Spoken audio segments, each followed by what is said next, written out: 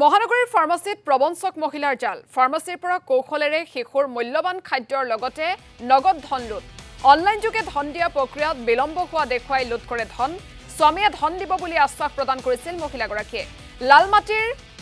বুলুচিটি মেডিকোজত এই ঘটনা সংঘটিত হৈছে মহিলাগৰাকীৰ সমগ্ৰ কাণ্ড বন্দী হৈছে সিসিটিভি কেমেৰাত আমি সিসিটিভিত বন্দী হোৱা দৃশ্যটো এই মুহূৰ্তত দৰ্শকসকলক দেখুৱাইছো বখিষ্ঠত এই ঘটনা সংঘটিত হৈছে মহানগৰীত ফাৰ্মাসীত প্ৰবঞ্চক মহিলাই পেলাইছে জাল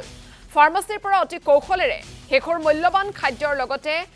নগদ ধন লুট কৰে মহিলাগৰাকীয়ে অনলাইন যোগে ধন দিয়া প্ৰক্ৰিয়াত বিলম্ব হোৱাৰ অজুহাত দেখুৱাই লুট কৰে মহিলাগৰাকীয়ে ধনৰাশি স্বামীয়ে ধন দিব বুলি আশ্বাস প্ৰদান কৰিছিল মহিলাগৰাকীয়ে লালমাটিৰ বুলুচিটি মেডিকোজত এই ঘটনাটো সংঘটিত হৈছে আৰু মহিলাগৰাকীৰ সমগ্ৰ কাণ্ড সিসিটিভিত বন্দী হৈছে আচ্ছা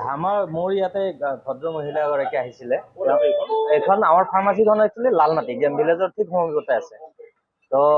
আমি ফাৰ্মাচী খোলা আছো মই আছো মোৰ লগৰ এজন আছে এনেতে ভদ্ৰ মহিলা এগৰাকী আহে ৰিক্সা এখন লৈ তেওঁ মটৰত চলা ৰিক্সা আহি মোৰ ফাৰ্মাচীত আহি তেওঁ কিছুমান বস্তু অৰ্ডাৰ দিয়ে অৰ্ডাৰ মানে কি উলিয়াব দিছিলে actually baby food medicine insulin তেনেকৈ তেওঁ কিছু বস্তু উলিয়াব দিলে আৰু মোৰ লগত তেওঁ বাকী এনে নৰ্মেল কথাও পাতি আছিলে প্ৰায় বস্তুখিনি আমি উলিয়াই দিলোঁ তেওঁক 4,500 মান টকাৰ বস্তু নান আছে চেৰেলেক আছে 4টা নান 4টা চেৰেলেক তেনেকৈ বহুতখিনি বস্তু গোটেইখিনি বস্তু তেওঁ ল'লে কথা বতৰা পাতিলে আমি হিচাপ কৰিলোঁ হিচাপ কৰি তেওঁ অনলাইন দিবলৈ ট্ৰাই কৰিলে তেওঁ অনলাইন পে'মেণ্টটো নহ'ল অনলাইন পে'মেণ্ট নোহোৱা তেওঁ দুবাৰ ট্ৰায়ে কৰিছে নে মোবাইলত দেখাইছে কৰিছে তেওঁ মোক ক'লে যে মোৰ ইয়াৰ পৰা হোৱা নাই মোৰ হাজবেণ্ডে এতিয়া বৰ্তমান চন্দ্ৰপুৰৰ পাহাৰৰ পৰা নামি আছে গাড়ী চলাই গতিকে মই তেওঁক ফোন কৰিছোঁ তেওঁ 10 মিনিটৰ পিছত পে'মেণ্টটো কৰি দিব যদি মই দিব পাৰোঁ নে সুধিলে তেওঁ মানুহজনীক দেখি মোৰ অলপো লগা নাছিল যে তেওঁ তেনেকৈ মিছলীয়া হ'ব মই সহজতে একদম সহজভাৱে লৈ মহিলাগৰাকী যাতে অসুবিধাত নপৰে সেই বুলি তেওঁক মই হ'ব বুলি সন্মতি দিলোঁ তেওঁ বস্তুখিনি লৈ 2টা ষ্টেপ গৈছেহে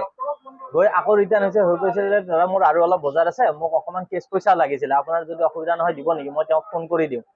মই বোলো ঠিক আছে আপুনি ফোন কৰিব নালাগে যদি সঁচাকৈ আপোনাৰ অসুবিধা কওক কি লাগে তেওঁ মোক 1500 টকাৰ কথা ক'লে মই 1500 টকা এটা কেছ দিলোঁ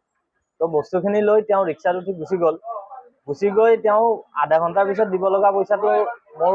তেতিয়া ধৰক 2-3 ঘণ্টা পিছলৈকে যেতিয়া নাহিল মই তেওঁক ফোন কৰিলোঁ তেওঁ ক'লে যে তেওঁৰ নেটৱৰ্কটো পোৱা নাই তাতে গতিকে হেৰি কৰিব পৰা নাই অকণমান পিছতে দি আছোঁ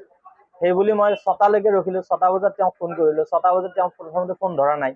ফোন নধৰি 7:30 বজাত আকৌ ফোন কৰিলোঁ ফোন কৰাৰ পিছত তেওঁ ধৰি ক'লে যে তেখেতৰ মোবাইলৰ চাৰ্জ শেষ হৈছে গতিকে আহি আছে তেওঁ ঘৰত মই পাইছিলোঁ লাষ্ট আপোনাক 9টা বজাৰ আগত দি আছোঁ